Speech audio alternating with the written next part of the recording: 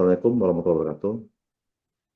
Puji dan syukur kita panjatkan kepada Allah Subhanahu wa taala yang mana eh, sampai saat ini kita masih diberi kesehatan maupun kekuatan untuk dapat eh, mereview sebuah jurnal yang berjudul itu Evaluating the Impact of the Trans-Asian Railway on Logistic Mode Selection with Method HP and TOPSIS. Di sini saya bersama rekan saya eh, Bapak Muhammad Taufik dan saya Dika Taruna, kami dari Magister Teknik Industri Universitas Yatora. Mungkin untuk lebih lanjut, saya persilakan untuk rekan saya Pak Taufik untuk bisa menjelaskan. Silakan. Oke, baik Pak Diki, terima kasih. Baiklah, jurnal yang kami review berjudul Evaluating the Impact of Trans-Asia Railway on Logistic Mode Selection Between Thailand and China, an AHP and TOPSIS Approach. Pengarangnya yaitu Qin Lin, Kai Zhang, kemudian Don Huang, kemudian Manel Grifol, dan Hoxiang Fen. Jurnal ini diterbitkan pada tahun 2024 dan jurnal ini berasal dari Alexandria Engineering Journal volume 98 tahun 2024 halaman 147 sampai 158. Oke, next Pak Diki. Berikut adalah latar belakangnya. Pembukaan Trans Asia Railway yang baru menghubungkan Yiwu China dan Bangkok Thailand pada Juli 2022 memberikan peluang baru untuk logistik perdagangan antara China dan negara-negara ASEAN, terkhususnya Thailand.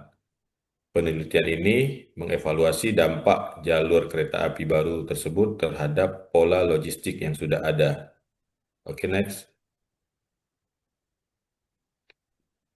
Adapun tujuannya adalah untuk menilai pengaruh jalur Trans Asia Railway terhadap pola logistik China dan Thailand, kemudian menentukan faktor terpenting dalam pemilihan moda transportasi logistik. Selain itu juga untuk menentukan moda transportasi terbaik menggunakan pendekatan AHP dan TOPSIS. Oke, next, Pak Diki. Metode yang digunakan dalam penelitian ini adalah metode AHP, yaitu Analytical Hierarchy Process, yaitu menyusun hierarki keputusan, menyusun bobot masing-masing kriteria, kemudian menentukan konsistensi rasionya. Konsistensi rasionya itu harus 0,1, harus lebih kecil dari 0,1. Jika terdapat CR-nya itu jadi lebih besar dari 0,1, maka harus dilakukan survei ulang terhadap para respondennya. Kemudian setelah bobot dari masing-masing kriteria didapatkan dari metode AHP, maka dilanjutkan ke metode TOPSIS. Metode TOPSIS itu yang pertama menentukan solusi ideal positif dan negatif, kemudian menghitung setiap alternatif ke solusi ideal, dan selanjutnya menentukan peringkat alternatif yang terbaik.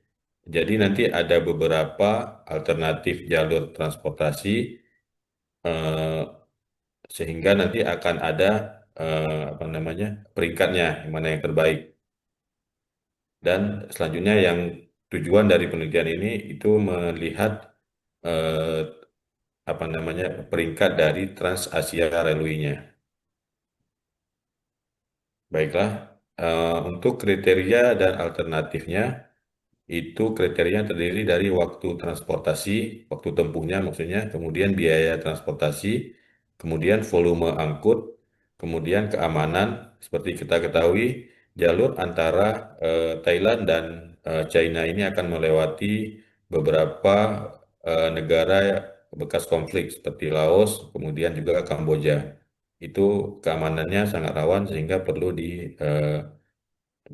dipertimbangkan menjadi kriterianya. Selanjutnya adalah keandalan transportasinya dan isu-isu lingkungan. Untuk alternatifnya itu ada 5. Yang pertama itu dari Kunming Bangkok dengan jalur darat, kemudian dari Nanning ke Bangkok dengan jalur darat juga. Kemudian yang ketiga itu transportasi gabungan antara transportasi laut dan transportasi darat. Kemudian ini yang menjadi fokusnya yaitu Trans Asia Railway, yaitu menggunakan jalur kereta api. Yang terakhir adalah jalur sungai dan transportasi darat. Seperti kita ketahui, antara China dan Thailand itu terdapat beberapa sungai. Salah satunya adalah Sungai Mekong. Baiklah, selanjutnya akan disampaikan oleh Pak Diki. Oke, terima kasih Pak Taufik. Di sini kita dapat melihat hasil dari responden.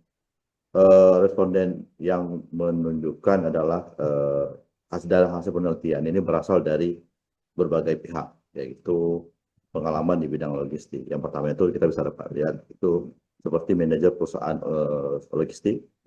Yang kedua itu pelaku freight forwarding. Yang ketiga praktisi transportasi di bidang internasional. Kemudian akademisi atau pakar untuk logistik. Pendekatan ini akan memberikan sudut pandang yang komprehensif dan realistis. Jadi kita bisa lihat di sini dari hasil penelitian yang kami temukan di sini berdasarkan dari AHP itu kriteria dengan bobot tertinggi adalah di waktu transportasi 0,303, 0,305. Kemudian keduanya itu ada di biaya transportasi kita di 0,277. Kemudian di bawahnya itu kita bisa lihat ada di keamanan itu di 0,157. Kemudian di bobot di bagian andalan itu di 0,120. Kemudian volume untuk angkut 0,083. Kemudian untuk ramah lingkungan di 0,058. Di sini kita bisa lihat juga bobot dari hasil otopsisnya menunjukkan peringkat moda transportasi sebagai berikut, yaitu yang paling tertinggi itu adalah di antara laut dan gabungan dan darat. Itu di poinnya itu ada 0,787. Kemudian kita ada jalur darat dari Kunming dan Bangkok itu di poin 0,452. Kemudian yang ketiga itu ada Trans Asia Railway atau bisa kita sebutkan jalur kereta api itu di angka poin 0,431.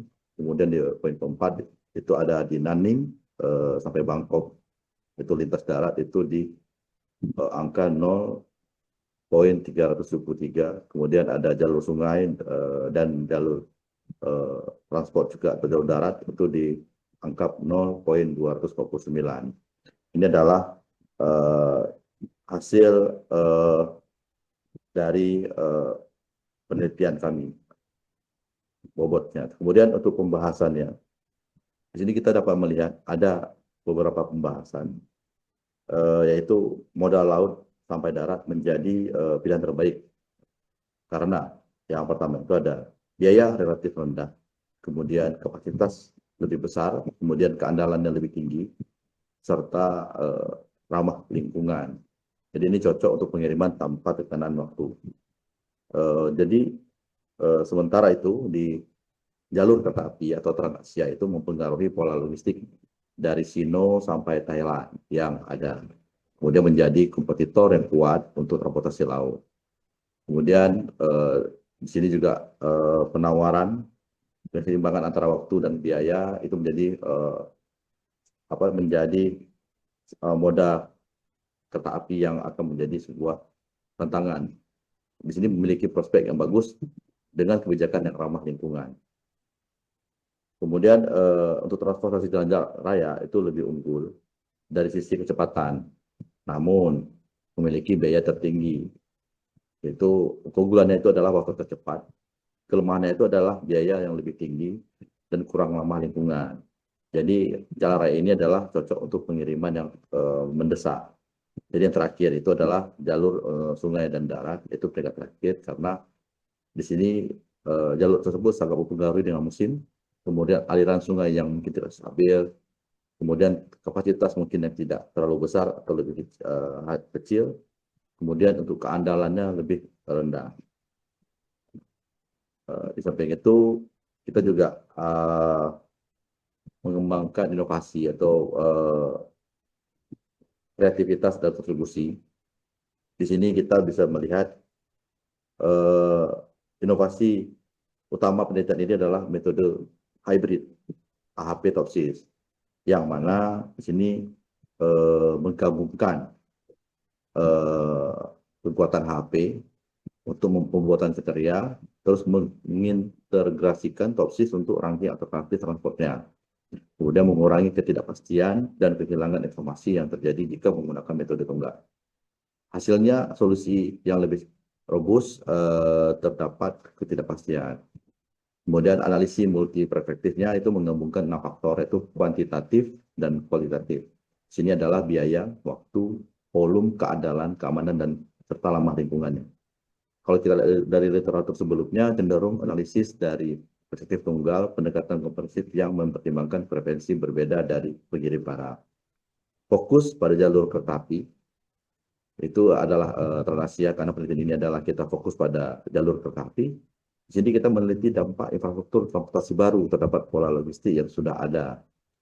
Jarang penelitian sebelumnya mendapatkan hasil. Di sini ya.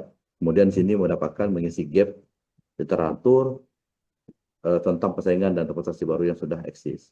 Kemudian mungkin untuk kreativitasnya bisa dijelaskan oleh Pak Taufik lebih lanjut. Oke, baiklah, saya teruskan. Untuk kreativitas dari jurnal yang kami review ini, yaitu adanya pengembangan tarif acuan, yaitu menggunakan profil transportasi yang sama atau serupa, kemudian memudahkan perbandingan antar jalur transportasi yang sudah ada. Selanjutnya itu strategi door-to-door service untuk semua mode transportasi. Jadi akan ada hal baru, yaitu salah satunya yaitu strategi door-to-door service untuk semua mode transportasi. Kemudian adanya pendekatan geografis spesifik. Yiwu sebagai pusat distribusi komoditas kecil terbesar di dunia. Kemudian adanya analisis koridor origin destination interval spesifik dan mempertimbangkan karakteristik geografis logistik antara China dan negara-negara ASEAN, khususnya di Thailand. Oke, next. Kontribusi dan pengembangan dari jurnal ini yaitu kontribusinya membantu pemilihan rute berdasarkan prioritas individual, kemudian memberikan trade-off analysis antara waktu, biaya, dan faktor lain, dan applicable untuk kontainer 40 feet, standar untuk industri-industri yang ada. Pengembangan yang ada dari eh, jurnal ini, yaitu yang pertama ekspansi geografis, kemudian faktor tambahan seperti karakter fisik produk, individual shipper, supply chain, serta faktor ekonomi makro. Selanjutnya analisis dinamis, yaitu perubahan market size dan dampak kebijakan jangka panjang. Selanjutnya yaitu integrasi teknologi, yaitu Digital Tracking System (DTS) untuk optimasi rute dan blockchain. Oke, next. Oke, Pak Taufik. Baiklah, ini saja yang bisa kami sampaikan untuk review jurnal tugas dari mata kuliah penelitian operasional lanjut. Terima kasih.